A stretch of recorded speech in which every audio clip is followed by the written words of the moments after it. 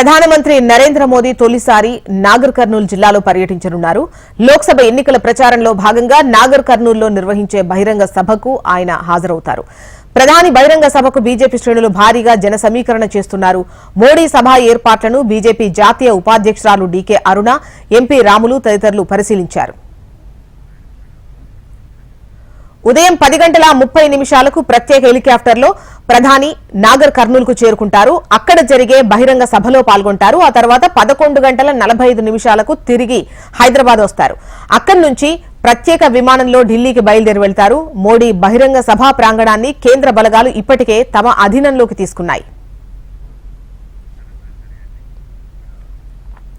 ఇక ప్రధాని నాగర్ కర్నూల్ పర్యటనకు సంబంధించి వివరాలు మనకు నరేంద్రాచారి అందిస్తారు. నరేంద్రాచారి, జోష్న, ప్రధాని నరేంద్ర మోడీ మరికాసేపట్లో నాగర్ కర్నూల్ కు రాబోతున్నారు. నాగర్ జిల్లా కేంద్రం శివార్లోని నెల్లికొండ చౌరస్తాలో ఏర్పాటు చేసిన విజయ సంకల్ప సభలో నరేంద్ర మోడీ పాల్గొని ప్రసంగించనున్నారు. ఇందుకు సంబంధించి జిల్లా బీజేపీ శ్రేణులు పూర్తి స్థాయిలో పెద్ద ఎత్తున సభ ఏర్పాట్లను చేసిన పరిస్థితి కనిపిస్తుంది. దాదాపు 1,00,000 మందిని ఉమ్మడి పాలమూరు జిల్లాలో నుంచి 1,00,000 జనాభా వరకు తరలించేందుకు అన్ని ఏర్పాటు చేస్తున్నారు. భారీగా జనాలు అయితే ఇప్పటికే వచ్చి చూస్తున్న పరిస్థితి కనిపిస్తుంది. ముఖ్యంగా నాగర్ కర్నూలు మరికాసేపట్లో 11:45 ఇక్కడికి సభ ప్రారంభమయ్యే అవకాశాలు కనిపిస్తున్నాయి. 11 గంటల నుంచి ప్రారంభమై దాదాపు గంట పాటుగా మోడీ ఇక్కడే ఉండబోతున్నట్టు తెలుస్తా ఉంది.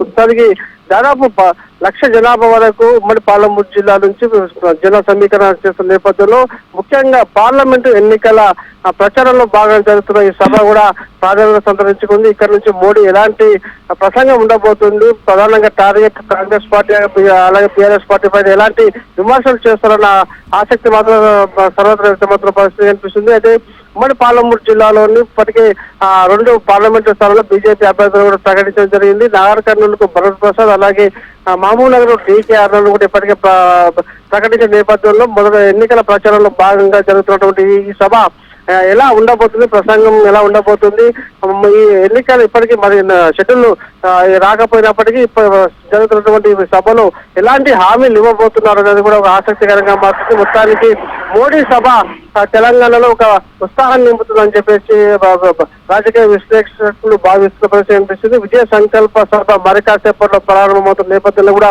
భారీగా జనాలు దాటి వస్తున్న పరిస్థితి కనిపిస్తుంది. జోష్న. రైట్ నరేంద్రచారి.